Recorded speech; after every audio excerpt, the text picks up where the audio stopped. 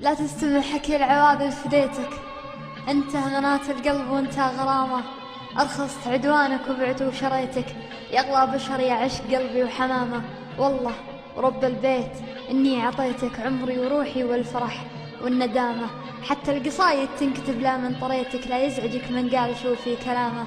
أغليك وأحب الدلع وتكيتك، وأحب شخصيتك وذيك الزعامة، وأحب جيرانك وسكان بيتك، وأحب من حبك وجاك احترامه.